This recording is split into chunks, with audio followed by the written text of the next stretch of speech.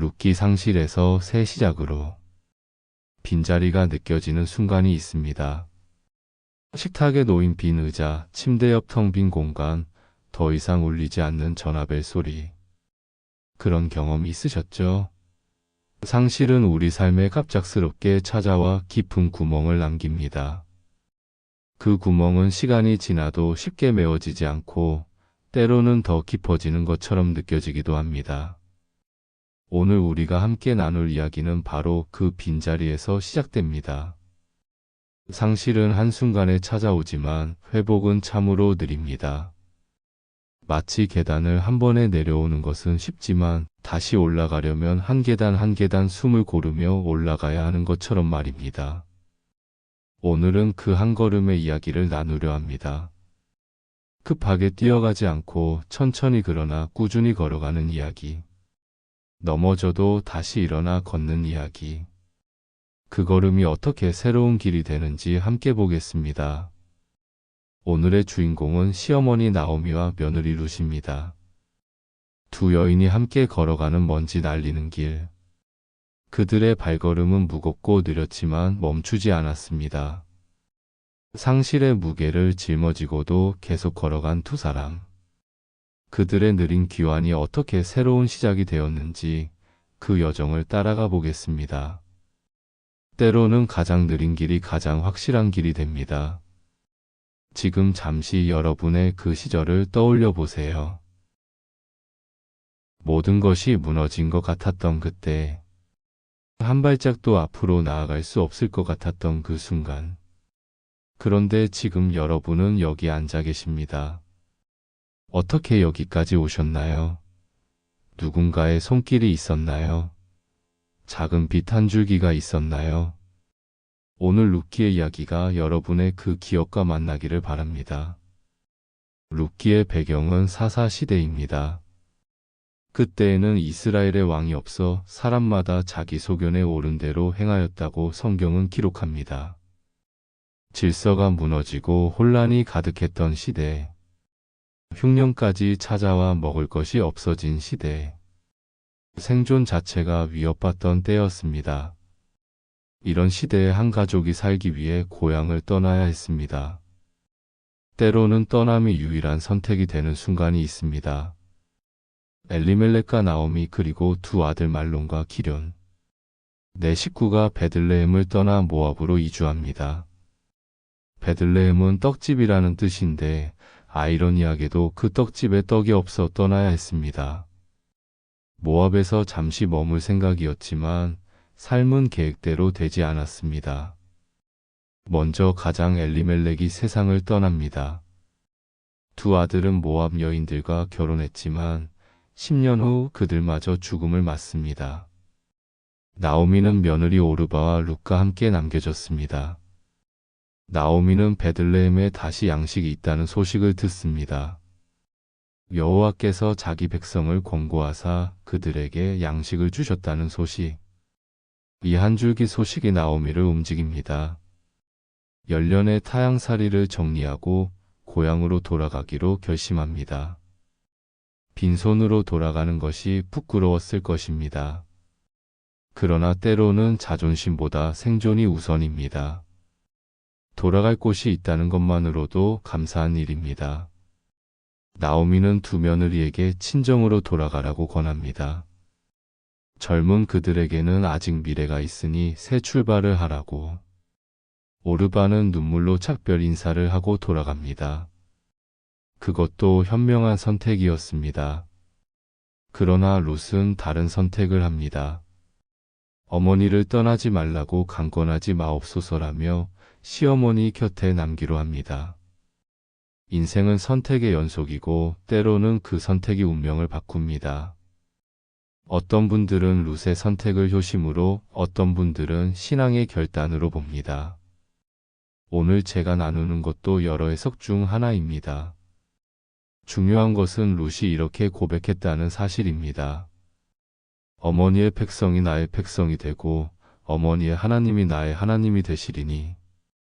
이 고백은 단순한 동정이 아닌 전인격적 헌신이었습니다. 죽는 데서도 내가 죽어 거기 장사될 것이라는 룻의 말에는 끝까지 함께하겠다는 결연한 의지가 담겨 있습니다. 나오미와 룻이 베들레헴 성문에 도착했을 때 온 성읍이 떠들썩했습니다. 이가 나오미냐? 사람들의 놀란 목소리가 들려옵니다. 10년 만에 돌아온 나오미의 모습은 많이 변해 있었겠지요. 나오미는 대답합니다. 나를 나오미라 부르지 말고 말하라 부르라. 나오미는 기쁨이라는 뜻이고 말하는 쓴맛이라는 뜻입니다. 자신의 쓰라린 감정을 있는 그대로 인정하는 용기. 때로는 슬픔을 슬픔이라 부르는 것이 치유의 시작입니다. 생계를 위해 룻은 이삭 줍기를 시작합니다. 이삭 줍기는 추수할 때 떨어진 곡식을 줍는 일로 가난한 이들을 위한 이스라엘의 아름다운 관습이었습니다. 룻은 아침부터 해질 때까지 허리를 굽혀 일했습니다. 뜨거운 햇볕 아래서도 손가락이 아파와도 묵묵히 이삭을 주었습니다. 가난을 덮는 것은 성실입니다.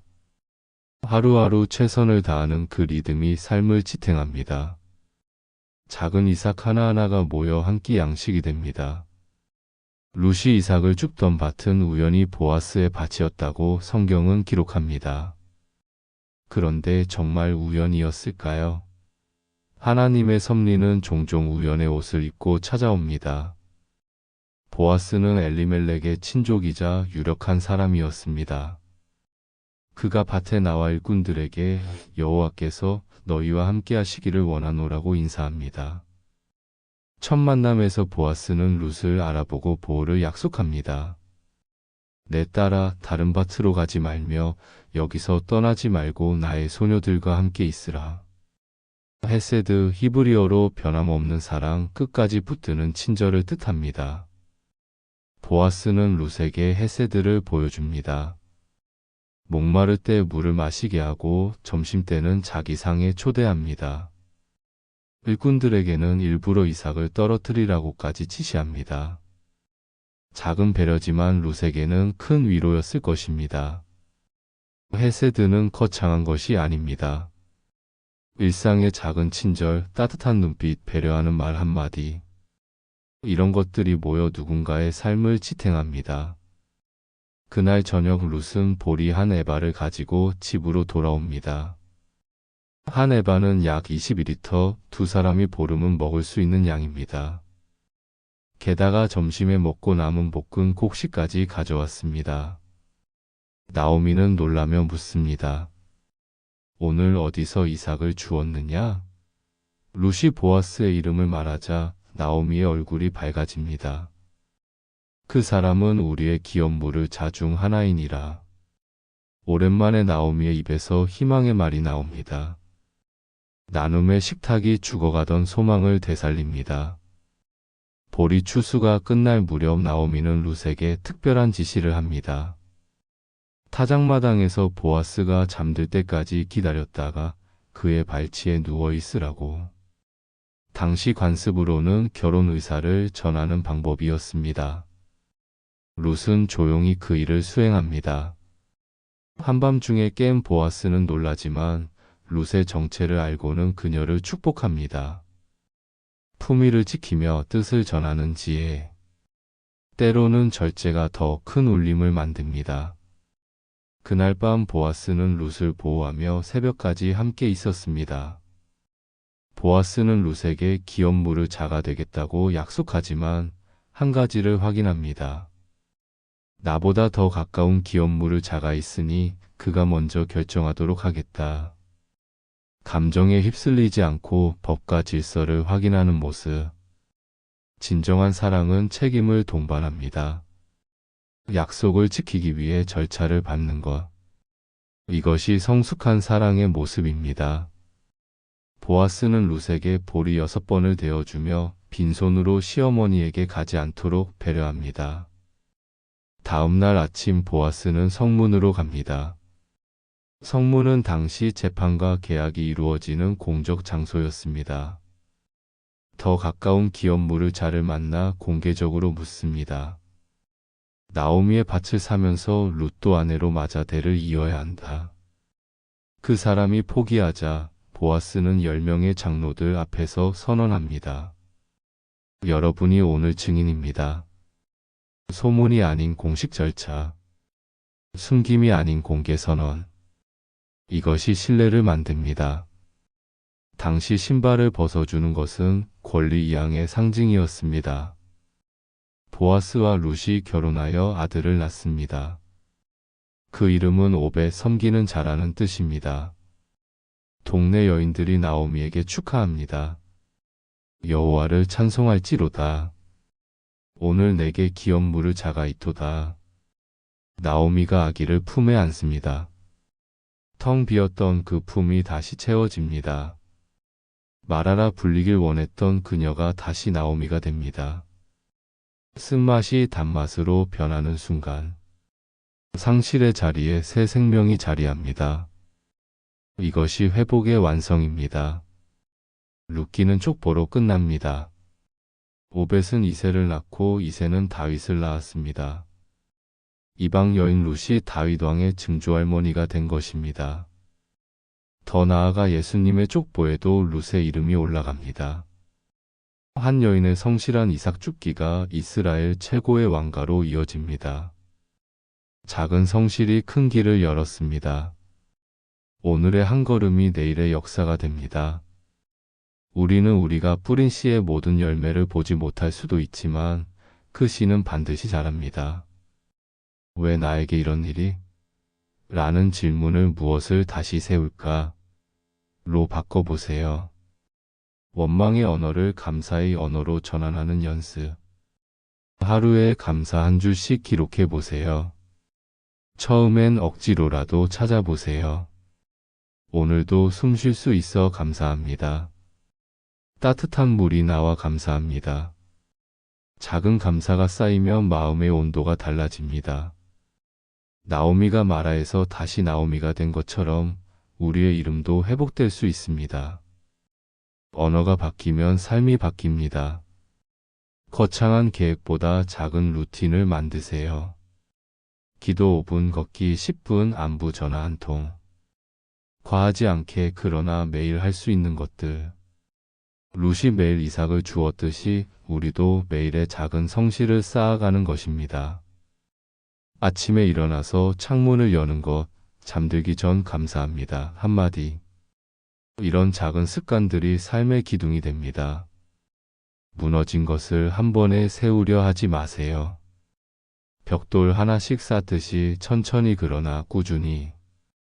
사랑한다면 책임지세요. 약속했다면 지키세요. 보아스처럼 공개적으로 확인하고 절차를 밟고 끝까지 책임지는 것. 가정에서, 직장에서, 교회에서 맡은 역할에 충실하기. 그리고 받은 은혜를 다음 사람에게 흘려보내기. 누군가 여러분에게 베풀었던 친절을 기억하세요. 이제 여러분이 누군가의 보아스가 될 차례입니다. 작은 배려, 따뜻한 말 한마디가 누군가의 인생을 바꿀 수 있습니다. 오늘 우리는 상실에서 시작해 새 이름으로 끝나는 이야기를 함께 했습니다. 나오미의 텅 빈 손이 아기 오벳으로 채워지기까지의 여정. 그 여정은 결코 짧지도 쉽지도 않았습니다. 그러나 한 걸음 한 걸음이 모여 길이 되었습니다. 여러분의 빈자리도 언젠가는 새로운 것으로 채워질 것입니다. 조급해하지 마세요. 오늘 할 수 있는 한 걸음을 내디드세요. 룻의 성실, 보아스의 책임 있는 사랑, 나오미의 포기하지 않는 용기. 이 세 가지가 만나 기적이 일어났습니다. 혼자서는 불가능했을 일이 함께하니 가능해졌습니다. 여러분 곁에도 룻이 있고 보아스가 있을 것입니다. 그리고 여러분도 누군가의 룻이, 보아스가, 나오미가 될 수 있습니다. 우리는 서로의 기적입니다. 함께 걸으면 길이 됩니다. 하늘이 갈라지는 큰 기적을 기다리지 마세요. 룻기에는 초자연적 기적이 하나도 없습니다. 대신 매일의 성실, 일상의 친절, 평범한 사람들의 선택이 있을 뿐입니다. 그것이 모여 놀라운 이야기가 되었습니다. 한 걸음이 길을 만든다는 말을 기억하세요. 오늘 여러분이 딛는 그 한 걸음이 누군가에게는 희망이 되고 내일의 역사가 됩니다. 작은 것에 충실한 사람이 큰 것도 이룹니다. 하나님, 상실의 자리에서 새 시작의 길을 보게 하소서. 빈자리를 부여잡고 울기만 하는 것이 아니라 일어나 걸을 수 있는 힘을 주소서. 룻처럼 성실하게 오늘을 살게 하소서. 보아스처럼 책임 있게 사랑하게 하소서. 나오미처럼 용기 있게 다시 시작하게 하소서. 우리 집에 감사한 줄과 따뜻한 말 한마디를 주옵소서. 작은 것이지만 꾸준히 실천할 수 있는 믿음을 주소서. 우리의 작은 순종이 큰 열매로 이어지게 하소서. 지금도 상실의 아픔 속에 있는 이들을 위로하소서. 그들의 눈물을 닦아주시고 새 힘을 주소서. 우리가 서로의 룻이 되고 보아스가 되게 하소서. 예수님의 이름으로 기도합니다. 아멘.